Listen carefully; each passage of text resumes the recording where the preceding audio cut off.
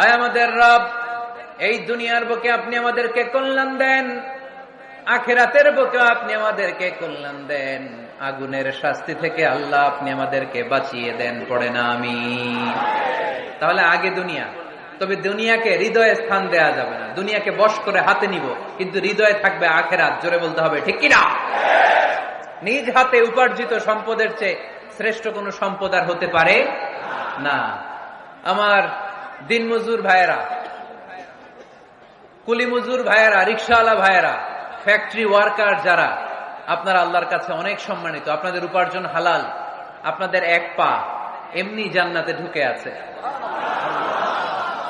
এখন শুধু এক পা ঢুকাইলে চলবে? পা কয়টা? আরেকটা ঢুকানোর দরকার আছে না নাই? আপনাদের উপার্জন হালাল। আপনারা 5 ওয়াক্ত সালাত পড়বেন, মানুষের হক নষ্ট করবেন না, আব্বা আম্মার দোয়া নিবেন। দ্বিতীয় পাটাও জান্নাতে ঢুকাইয়া দিবে কে? মা আকালা আহাদুন তুআমান কাত্তু খায়রুম মিন আইয়াকুলা মিন আমালি ইয়াদিহি। নিজের হাতে উপার্জিত সম্পদের চেয়ে, খাবারের চেয়ে শ্রেষ্ঠ সম্পদ আর হতে পারে না। আমার রিকশাওয়ালা ভাই, তার উপার্জন হালাল না হারাম? আমার কুলি মজুর ভাই, উপার্জন হালাল না হারাম? মাথার গাম পায়ে ফেলে ফ্যাক্টরি ওয়ার্কাররা যে বেতনটা পায়, এটা হালাল না হারাম? তাদের দোয়াকে কবুল করে নিবে কে? এজন্য যুবক ভাইরা, নেভার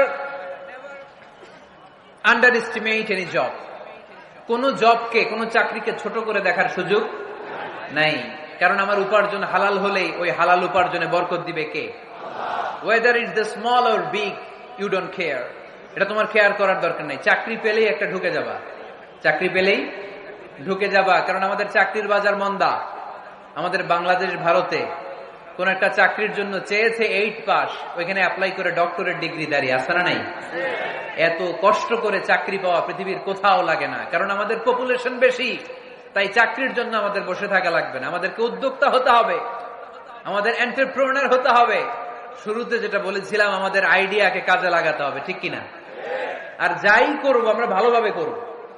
ভালোভাবে করলে ওই কাজে বরকত দেয় কে? ভালোভাবে করার জন্য আল্লাহ তাআলা সূরাতুল মুলকে আমাদেরকে গাইডলাইন দিয়েছেন। রব্বুল আলামিন বলেন, আল্লাযী খালাকাল মাউতা ওয়াল হায়াতা লিয়াবলুয়াকুম আইয়ুকুম আহসানু আমালা। তিনি এমন সত্তা যিনি তোমাদের তৈরি করেছেন, জীবন আর মৃত্যুকে তৈরি করেছেন এই জিনিসটা পরীক্ষা করবার জন্য, তোমাদের মধ্য থেকে কে ভালোভাবে কাজ করে। সুবহানাল্লাহ। কে বেশি আমল করে, আল্লাহ এটা বলছে, নাকি কে ভালো আমল করে? কথা কি বুঝতেছেন?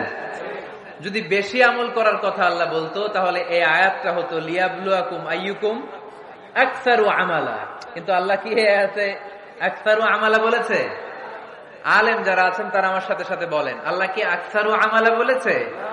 আল্লাহ কি বলেছে? লিয়াবলুয়াকুম আইয়ুকুম আহসানু আমালা। কে ভালো করে কাজ করে, উইথ প্রফেশনালিজম।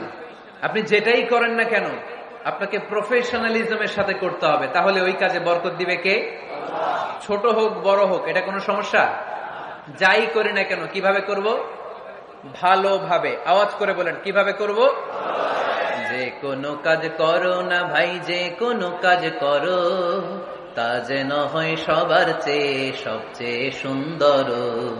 যে কোনো কাজ করো না ভাই, যে কোনো কাজ করো, তা যেন হয় সবার চেয়ে সবচেয়ে সুন্দর।